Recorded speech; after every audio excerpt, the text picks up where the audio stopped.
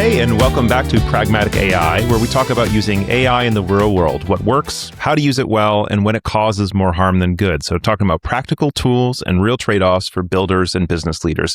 And my guest today is I always say old friend, my longtime friend, Jeffrey Way, the creator of Laracasts, which is an educational platform.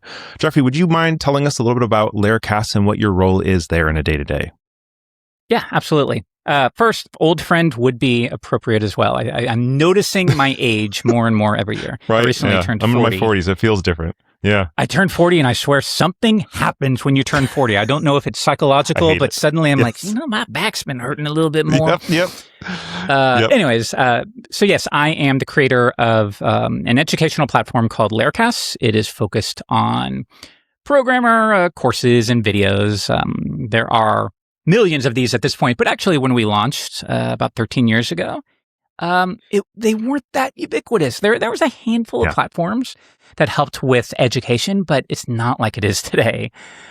So we focus on programming, specifically a certain type of programmer who uses a certain set of tools, so to speak. When I originally launched, this was a one-man shop. This was the go out on your own project.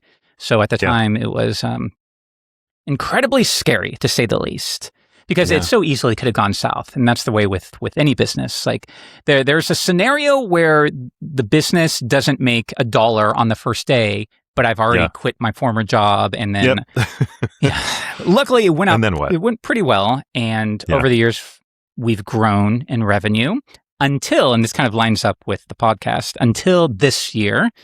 Last year, 2025, suddenly revenue started going down every single month. And I could just watch it. I would look at the graph and the graph is doing this. And it's no coincidence that this lines up with the growth of AI. And we can talk about this as much as you want, but it is a reality for educational platforms and uniquely programming educational platforms that we have to deal with this, because now suddenly there is a quicker way to learn, and the concept of watching a 20-minute video or a 3-hour course maybe isn't as appealing as it used to. And we can talk about that.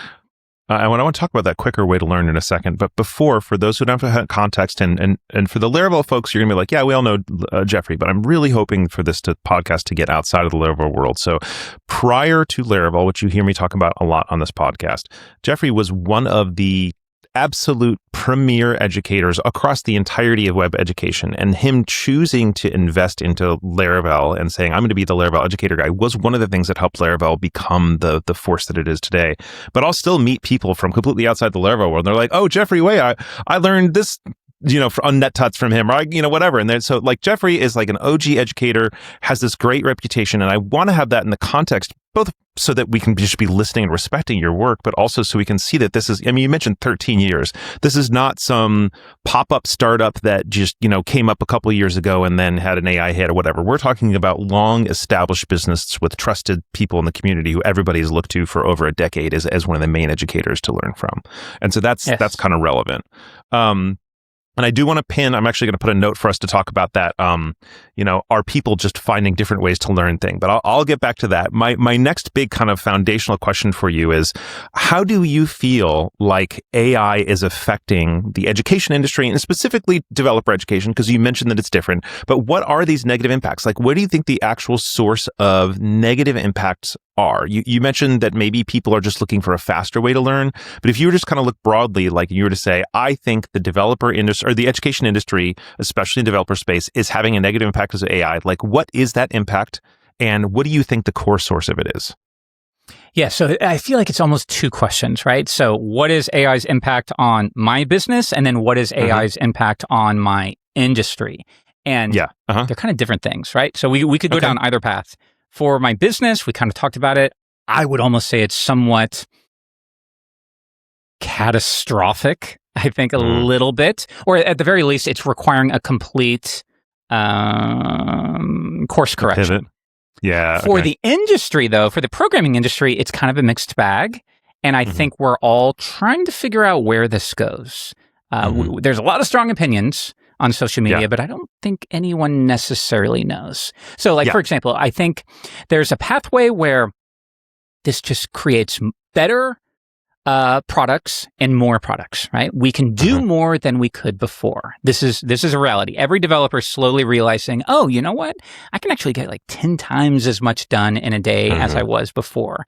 And suddenly the idea of writing an if statement, a conditional, is almost kind of quaint. Like, oh, back in the day, we used to write the characters one character at a time, you know?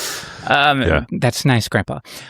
It's so funny how quickly we have gone from writing those characters hand by hand or note or character by character to where we are now, where we reach for AI agents to do the bulk of the work.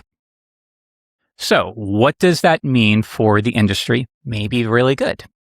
Maybe we can do more. Maybe this is the golden age for programming. I hope that's the case. Maybe there's also a scenario where everybody is building a product and the rest of the world doesn't care because there are endless products and nobody cares, right?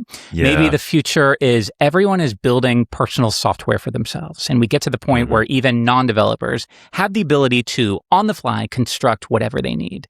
I don't think that's far-fetched at all, right? And in any event, what does that mean for us? And I don't have an answer at all. I'm excited that we're kind of in this position where we get to experience this. And in the future, we get to say we were there when it happened. I'm excited. I'm scared. I'm nervous. I'm terrified. I'm having fun. You know, it's like every possible emotion wrapped into one. All at once. Well, it's so interesting because I said industry and I was thinking education industry, but it makes sense that one of the reasons why you're a great developer educator is because you think of yourself, when you think of your industry, you think of development, not education. Absolutely. I don't even think of myself as a teacher, really. That's like 25% of my job.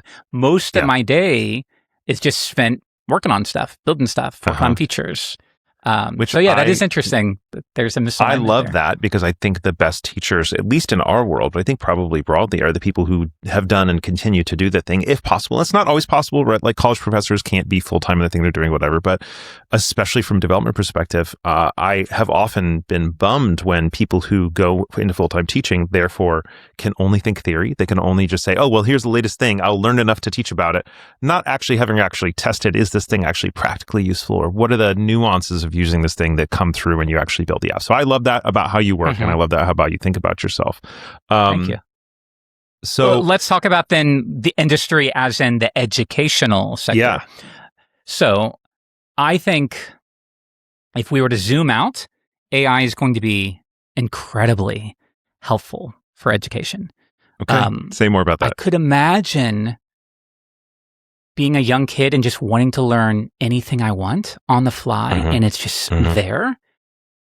That's amazing, right? I have a friend, and he was talking about he wanted to teach his kids about how rockets work, right? So what they did is they interacted with Claude, and they built an application to illustrate how a rocket lifts off into space, and it shows everything is interactive. And this is entirely vibe coded through Claude. They probably did one or two prompts for this, and then suddenly his children are interacting with this unique website that they will. The guy will probably throw it away a day later. That's the coolest part. And that's fine. They're interacting with this thing to figure out, okay, here's what's happened, and I don't even really know, to be honest. But here's what happens to make the rocket take off. You can experiment with it. If you adjust these levels, it won't have enough strength or whatever the term is to it's wild, right? For programming education, how is AI affected? It's like, again, devastating, because think about it. My business model is teaching you how to write code, and AI and agents write the code for you.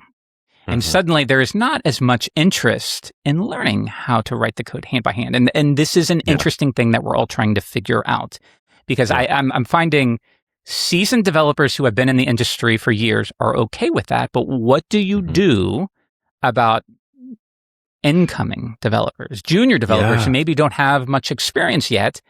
And they're being propelled into this world where the agent is doing everything, but maybe they don't have the skills yet to monitor and know where things are going south and how to course correct and what to look out for and what not to look out for.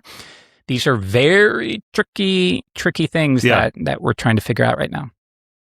And this, unfortunately, Aaron's episode hasn't come out yet, so you haven't been able to hear it. But one of the things he and I talked about was the potential that computer science professors are going to be having a field day because they're saying everyone's going to really go back to needing to learn the basics. Because maybe, like there was a shift where everybody who was in the programming world got computer science degrees and they're learning all this theory and then often didn't know the practicals. And then boot camps came out. It's all about the practicals and not a ton of theory.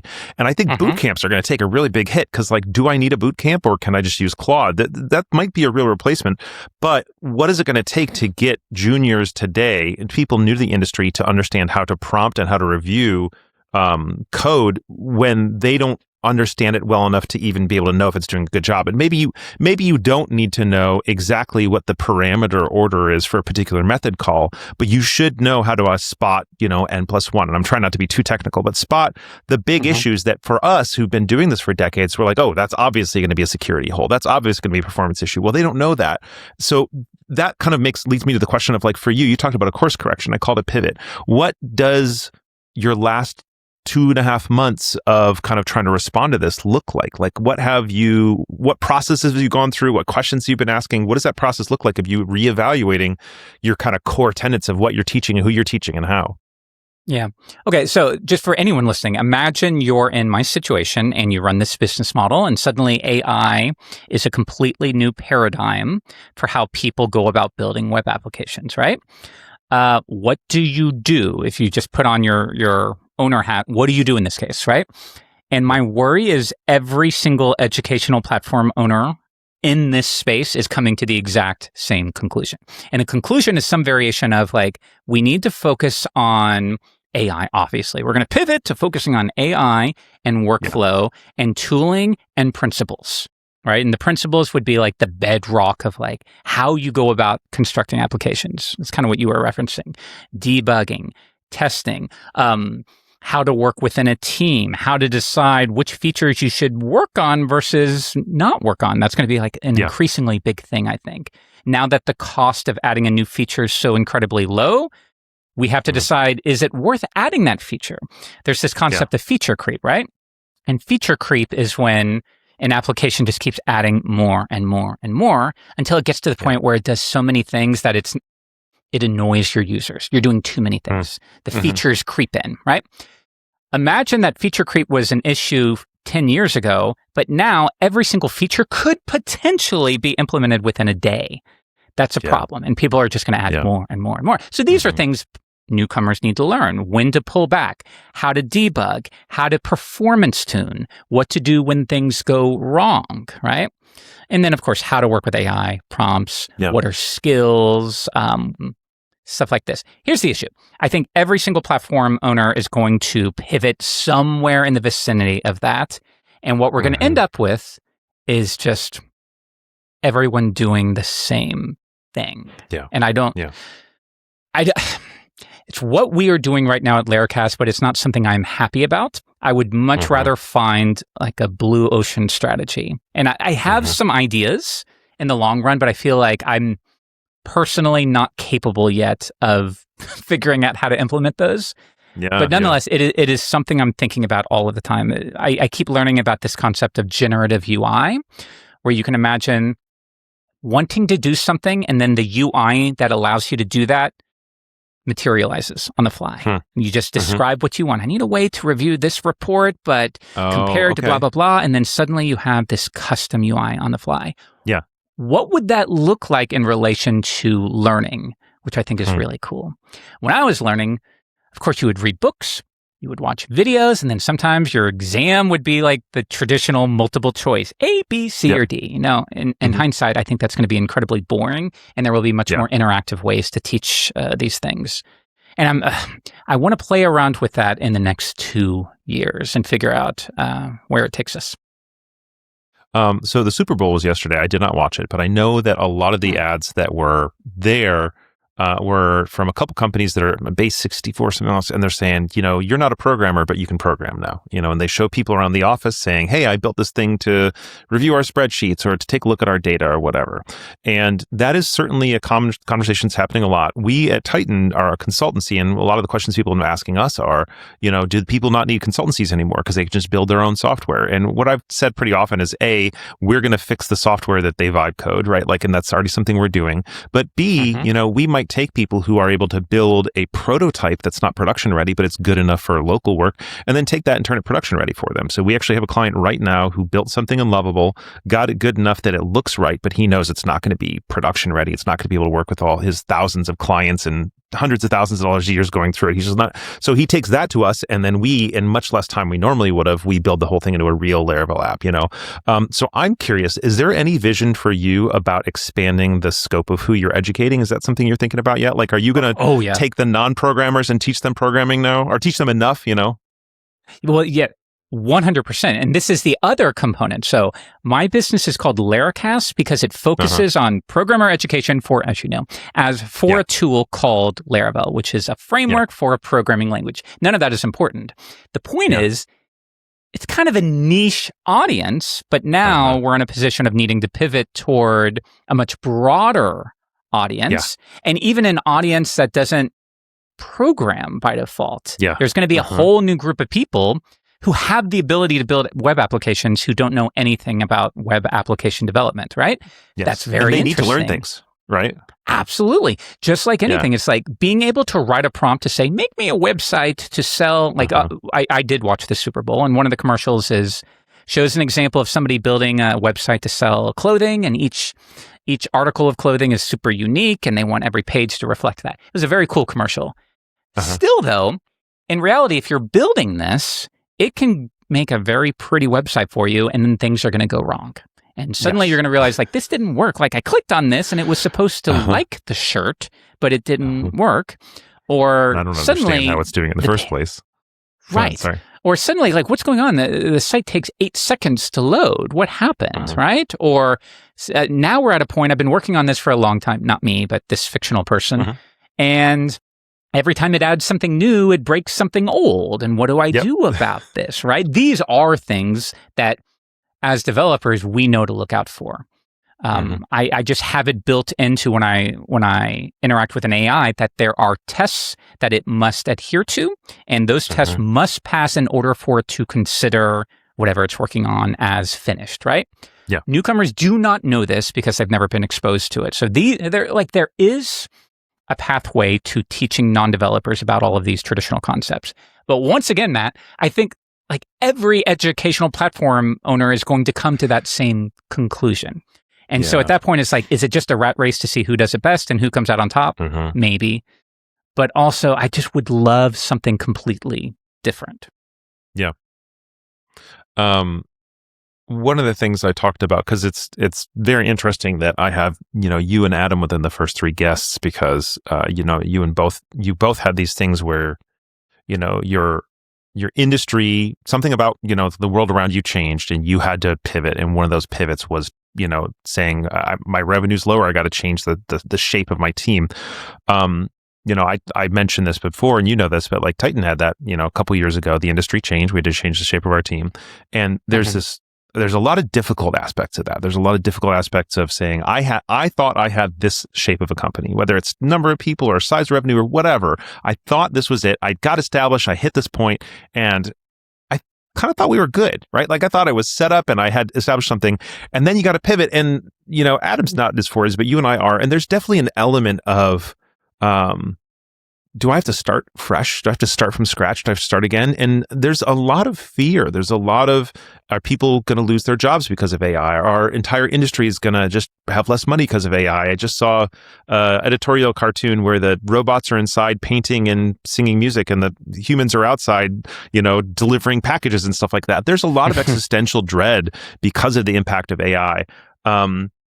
Do you feel hopeful about your space, about our world, about our industry? Do you feel fearful? Or is it just sort of I don't know what's going on, so I'm just going to do the best I can every day? Where are you sitting in your approach to all of this? Oh, I love what you just said. I think that I don't know what's going on. I'm just kind of going through every day is maybe how everyone feels. I think programmers are maybe a little bit more aware of what's going on. On the outside, like, for example, my wife knows nothing about programming.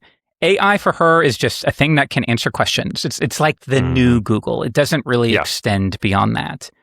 And sometimes I try to show her, like, look what it's doing here. I've given it this long plan, and it is literally building a website that would have taken me 3 weeks to do on my own. And it's doing that. And in many cases, it's doing it better than I would have done. So now I can play with my children while this thing is working. Like, it is more advanced than I think most people are aware of. And I find I feel multiple emotions at the same time. It's like, as a business owner, how do I feel? As a programmer, how do I feel? And as just a regular person, how do I feel? As a programmer, I'm quite excited, actually. I'm having so much, maybe more fun than I've ever had in my career. And we can talk about that if you want. As a business owner, it is saving me so much time. I'm finding endless areas that just took up time in my day that I can now automate. I have an AI assistant named Bob. Bob and I have a contentious relationship, but it's still very cool. And Bob helps me out with all sorts of things. Like, literally, Bob, I'm trying to think if I should tell you this example. I'll tell you this example in 1 minute. Okay. Outside of business, on a personal level, though, I see, and I think I mentioned this, but I see like two pathways, like a fork. I can see a situation where it leads to prosperity, right? It solves all of the questions of the universe, right? There's a scenario where everything becomes cheaper. There's a scenario where it cures cancer. It figures out scientific or mathematical equations that we haven't been able to do in the past. I can see that, right? I can also see a scenario where it's like, it just goes really bad. And it's hard for me. I don't know if you're like this, but it's hard for me to separate the like 80s and 90s movies I grew up watching from 100%. Today, right? Like at 9 years old, I was watching Terminator 2. That is ingrained in my memory of like, here's what happens when you introduce AI. And I understand that's a movie, but then there's like some element of like real life mimics art. I can see both pathways. So at all times, I feel excited. I feel like energized. I have more energy than I did in the past. As a business owner, I'm not as exhausted at the end of the day as I used to be.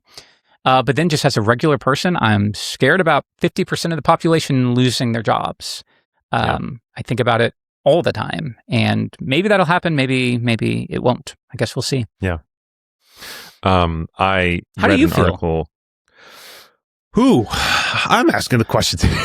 Okay. I am the same. I balance excitement. I'm building tools that I never would have had time or energy to justify building that, and I'm having a ton of fun with them. Was showing my wife Amani something yesterday that Erin built, and she's like, "Well, why haven't you built something like that?" And I was like, "Because prior to 6 months ago, I couldn't have taken the time to go learn these new technologies that Erin used to build this thing. It was a desktop app using a technology stack called Tori, and I was like, I don't have time to get really good at Tori in the past. I can do that now. There are options open to me. You know, she's a writer and a video game nerd, and she's been wanting me to learn a video game programming language for ages so that I can build a game with her. And I just don't have time, but we really want to make time for it. And I told her 2 days ago, I was like, I can do that now. Like with Claude, I can, you know, and I'm not saying Claude's going to write the game for you. I'm going to say Claude and I are going to write it together because Claude understands Unity or Godot or whatever else, these programming languages that I don't know, but I understand programming, right? So that's really exciting for me. I also have the fears. I have the fears of what it's going to do to my company, to my job, to my industry. And yeah, we'll pivot, but there's still just fear there. I think there was a bigger fear really over this Christmas break. There's just a big shift in the programming kind of ethos, at least on the internet, on Twitter and stuff like that, that oh no, this is a real thing. And a lot of us who are just sort of like critical prior are like, oh no, I don't know if it's the newest models or whatever else, but like this is a real impact. This is not a flash bang, whatever they call it, a flash in a pan. This is not just NFTs all over again. Like this is going to have a big impact.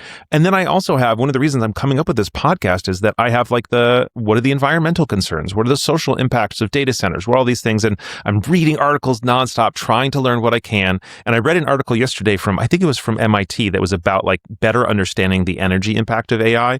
And one of the things that it said in it was something like actually, let me just pull it up because I screenshotted it to my company Slack, and I will read it. It said, this was MIT Technology Review, and it said, tallies of AI's energy use often short-circuit the conversation either by scolding individual behavior or by triggering comparisons to bigger climate offenders. Both reactions dodge the point. AI is unavoidable. And even if a single query might be low impact, governments and companies are now shaping a much larger energy future around AI's needs. And I think that, to me, is really helpful because the critical voice or the doomer voice has often been pointing at individuals and saying, you should not do this. And I'm like, I understand the concern about the impact on society. I understand the concern about Memphis and other places that have had negative impacts. And I want to be aware of my personal impact on those things and not be somebody who is causing damage to the lives of underprivileged people because of smog, right? Like that's a real active concern of mine.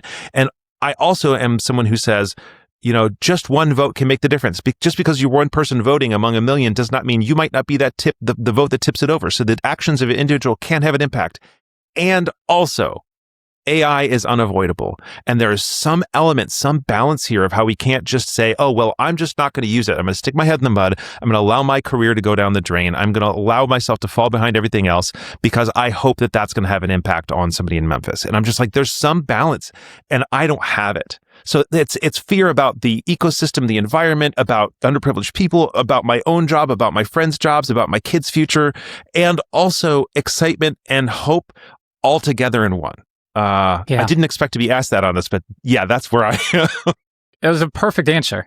And I think it kind of summarizes how all of us are feeling. It's like, is this good? Are we, I always come back to the idea of like, we're just blazing through this without any consideration for what's going to happen. And it's always under the pretext of like, well, it's going to happen no matter what. So we're just going to see where this goes. And it's like, I feel like to some extent we are playing, just even outside of programming, just in general, I feel like we are playing with fire. I think if you think about it, how many jobs right now with AI as it currently exists can be replaced? Lots. Like just the concept of, data entry, right? That's gone, right? Personal assistants, it's on the way out. There are so many situations where it's like an AI assistant will be fine for you. I worry that the notion that 50% unemployment is not impossible in the next 10 years probably won't happen, but it's not impossible, right? And that scares me so much. I want to be hopeful that actually, no, this is going to create, the idea is like, oh, in the industrial age, it took away jobs, but it created new jobs. And maybe that will happen here, but also maybe this is a different thing. And maybe it's not going to happen in this case. I don't know. I keep going back to this sense of like, I'm really excited, but I'm also somewhat terrified. Yeah. Well, now that we've talked about all those potentially negative things and consequences, I do have to ask you, like, what is your day-to-day interaction with AI? So you mentioned that you're using it to code. You mentioned Bob. Tell me about like Bob and Claude and like what are you actually doing? Because while you are a developer, you're also a business owner, right? So like, what are you actually using AI for on a day-to-day basis? All right, let's talk about Bob.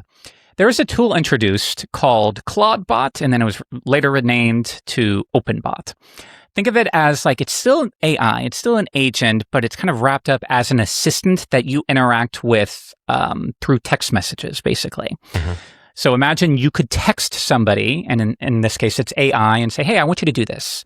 I want you to research this for me. Or, hey, remind me at 4 p.m. to do this. Or, hey, every morning at 9 a.m., can you search the web for any references to my business and just summarize them, things that I maybe need to know of. Every day at 11 a.m., can you scan social media to see if there's important things I need to deal with? Anything that you could possibly benefit from, you could use one of these assistants for. And it kind of blew up when this thing was released about a month ago. I would say it blew up a little bit more than it should have.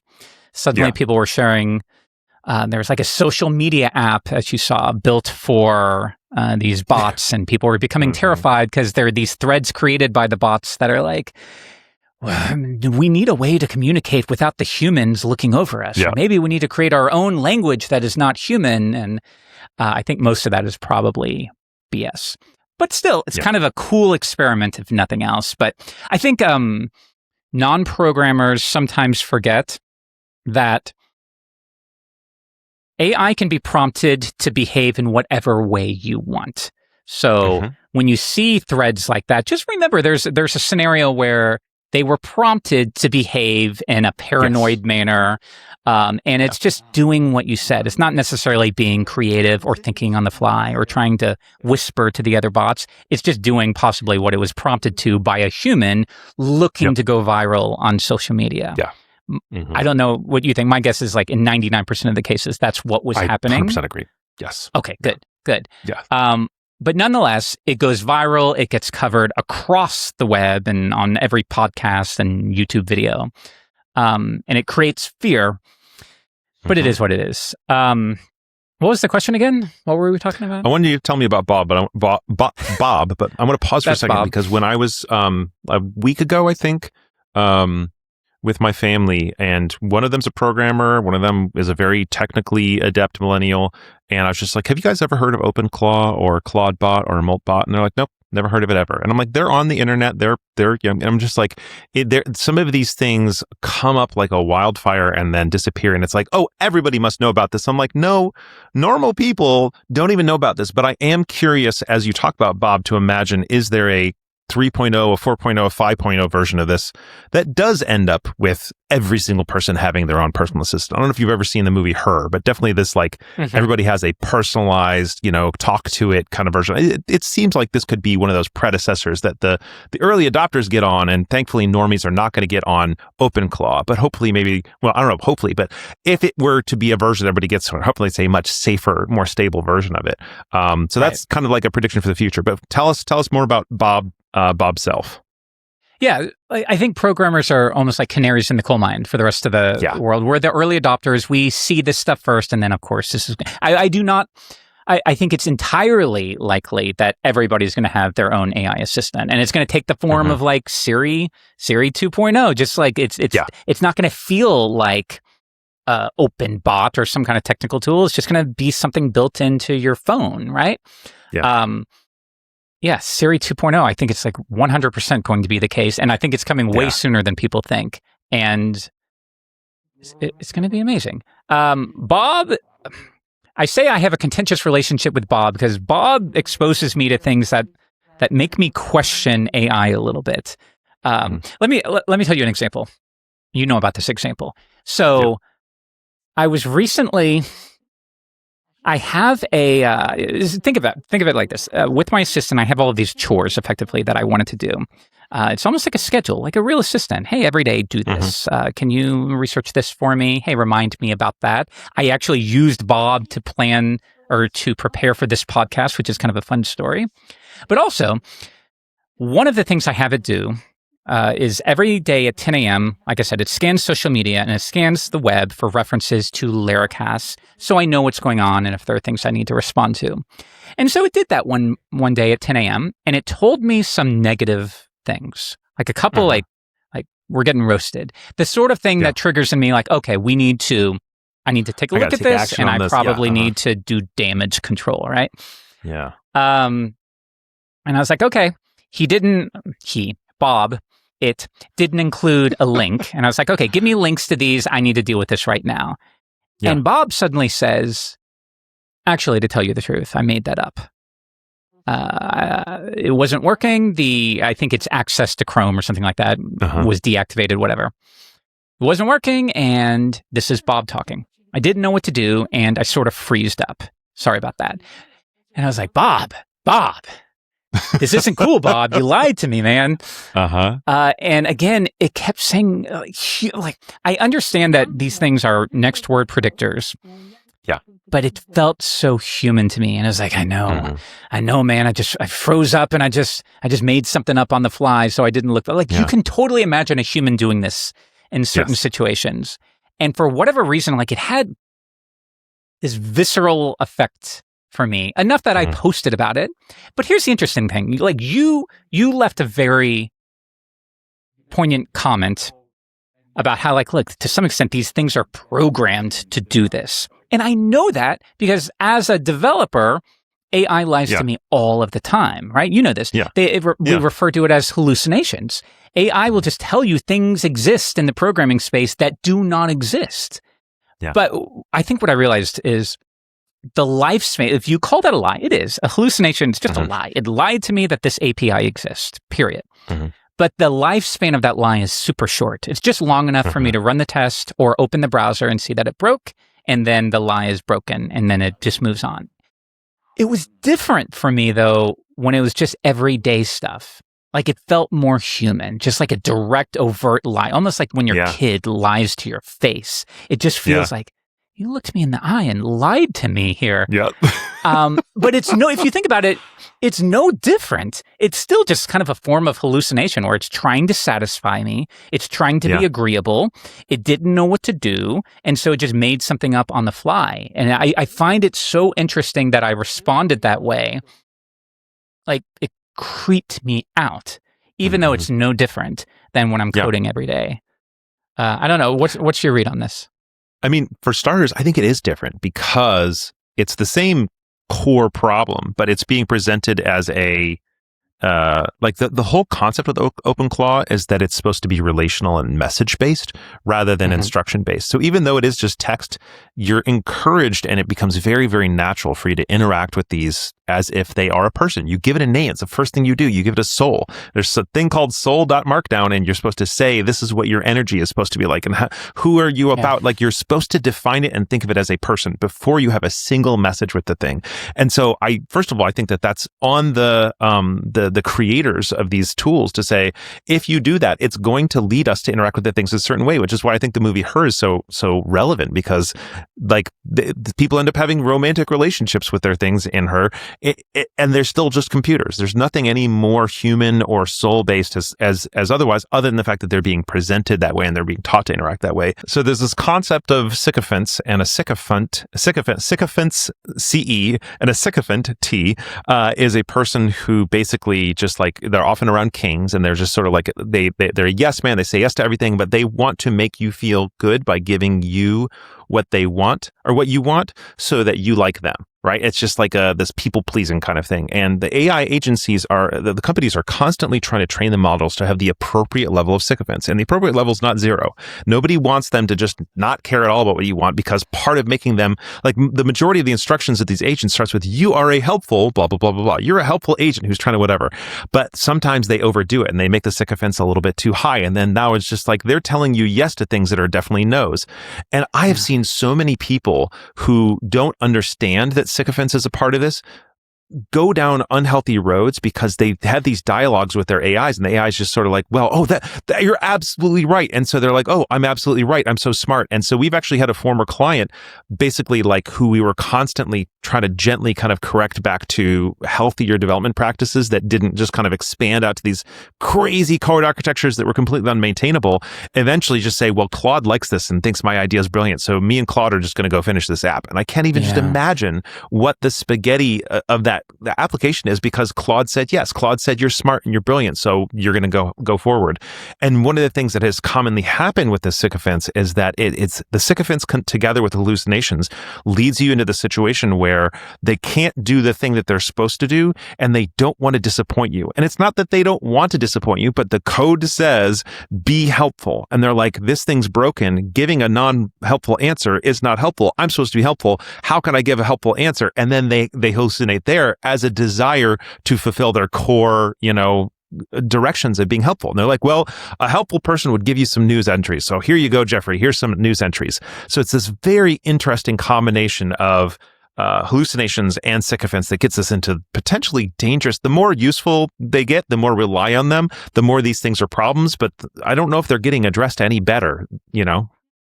And you also can imagine, like with us, we understand the notion that the AI personality is almost like clay and you can mold it to behave however you want. Most people don't know this. They're just going to chatgpt.com and feeding it all of their questions.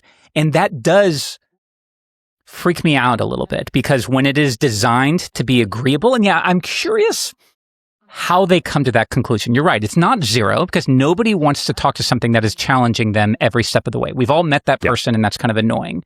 But then you don't want the opposite. You want to find some kind of balance, and maybe I'd be curious to talk to the people who build these tools to know how they figure out what that balance is, because it can be incredibly, even beyond the programming space. Like, I'll tell you a story. I need to be a little vague here. Totally. Somebody in my world suffers from mental health issues. It's like a mixture of, like, I'm not talking about myself, but somebody in my world suffers from like bipolar disorder and like bouts of mania. I've never seen it before, and it's been a thing we're dealing with. And this person is using ChatGPT to validate things that are so clearly on the outside incorrect and not the right angle to approach these things.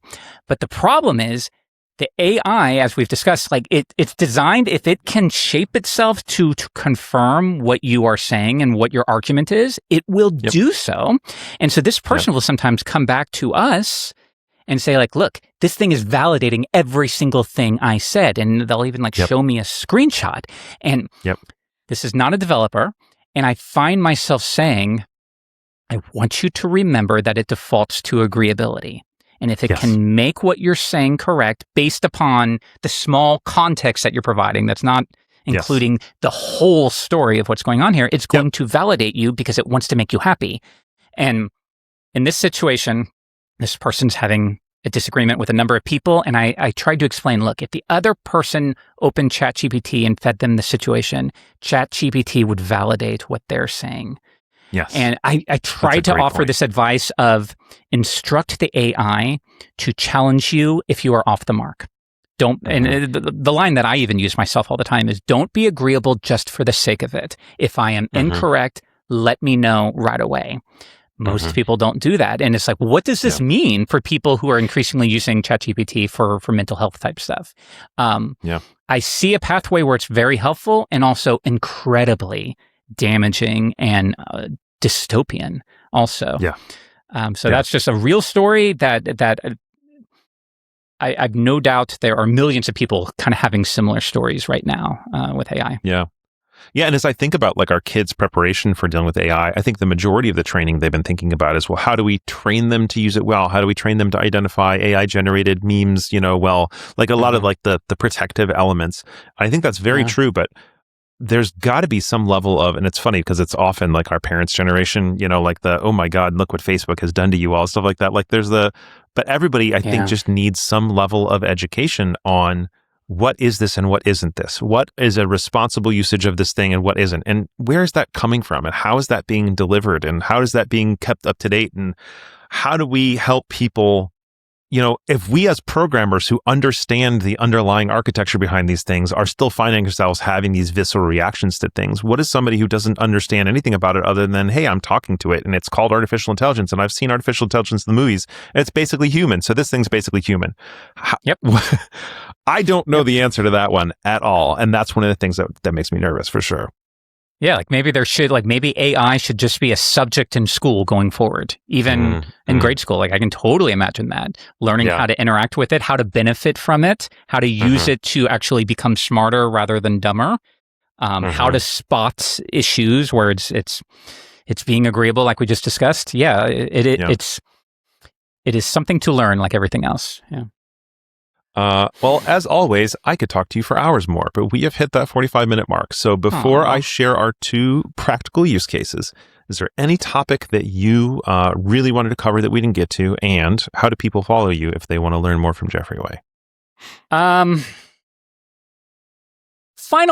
final thing I would say is my opinion has changed on AI in the last 6 months as a programmer. It has gone from fighting it. This isn't what I want. This isn't why I became a programmer. To, in the last month, accepting it, becoming excited by it. Well, it looks like Jeffrey's connection has dropped, but thankfully we were really wrapped at the end there. I will ask if I can get a recording of him just saying that last point that he was saying. Over the last 6 months, it has shifted from, his thoughts have shifted from this to this to that, and just going to append it to the end of the podcast. Meanwhile, I'm going to read the two points that people have suggested for us about ways that they're practically using AI in a day-to-day. This one is very interesting considering the conversation I had with Jeffrey. Mark Jakewith said, correctly diagnosed a health issue that had doctors befuddled until I mentioned could be X.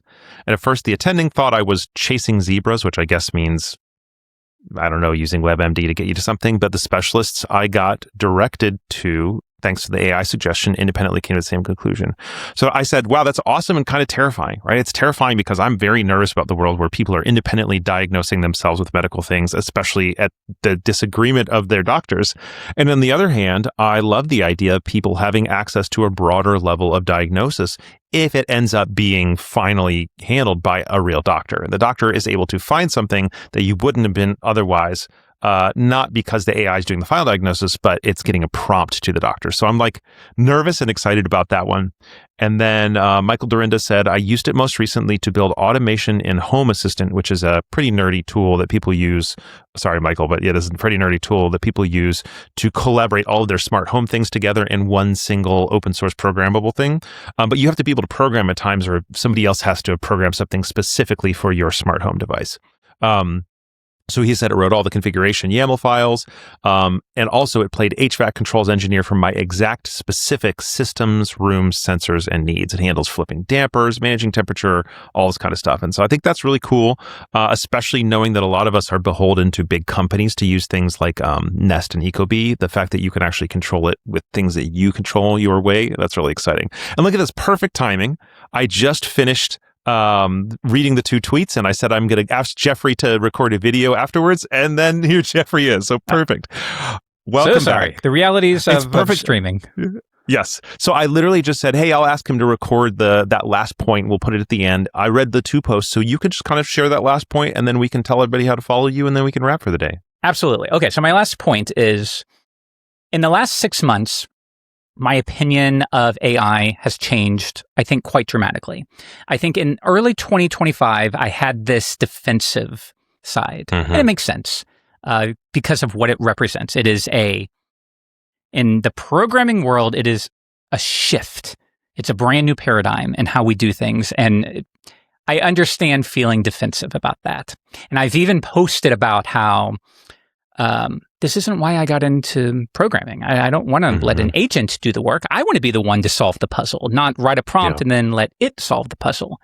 And I think many developers can relate to that. But I don't know. In the last few months, I've just learned to stop lamenting that fact and accept that things have changed. This is not a fad. There's no scenario where this goes away and then everyone returns to how we were building applications in 2020. Right? It's just not going to happen. I would bet lots and lots of money on it. This is here to stay. And to some extent, this is a get on board type of situation. You can either put your head in the sand and fight it, and you're going to watch lots of people go past you. I think it's just 100% going to be the case. Or you can get on board and figure out how you can use this to make what you are currently doing better. And that's an important thing, right? AI is a reflection of how you want to embrace it. If you want to use it as a replacement for your brain, you can. If you want to do it to make yourself better, you absolutely can as well. It's just, you're in charge, like everything. Yeah. So I will say at this point, I am nervous.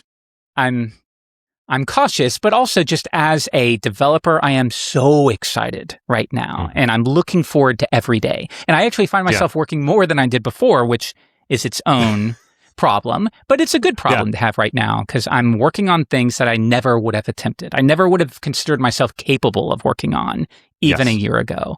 And that's incredibly exciting to me. That's very familiar. And I'm excited. I'm working on things I couldn't have done otherwise. And that's really the part that made me have to be open to it. It's just like, you're telling me that I, as somebody who's been programming for 20 plus years, who I feel like I'm an expert in the world that I'm in, I'm suddenly able to do things I could never do before and never felt like I had the ability to get good enough in those other things to do them at the level of quality that I expect. And all of a sudden I can. That's a really interesting experience, especially balancing against the fears and the concerns and the potentially negative impacts. How do I balance those things? That's a really unexpected part of this whole scenario. And there's an element of like, you reap what you sow. I've heard people say that before. Like, don't be surprised when you embraced this and then everything comes down. And it's like, I kind of get that too. Like, I kind of understand where that's coming from. So that's where it's interesting. And I think you can relate to this as well. It's like, how does this affect me as a programmer? How does this affect me as a business owner? And how does this affect me as a citizen of the world? And each of those answers is very different from the other. So it's a lot to deal with right now. Yeah. Well, I really appreciate you sharing kind of what you're working through, sharing your experiences. And I really look forward to what the future of your education looks like. Because one of the things that is very clear to me is Jeffrey Way is an excellent educator, period. And people need to be educated, period. And so I am confident that there's a future where you're going to figure this out. And we will continue looking to you as somebody to learn from. And maybe more people will be. Fingers crossed. That's the hope. Thank you. I really appreciate that. Well, thank you. Yeah. Thank you so much for coming on today. I really appreciate you. Thank you, Matt. And the rest of y'all, we will see you next time.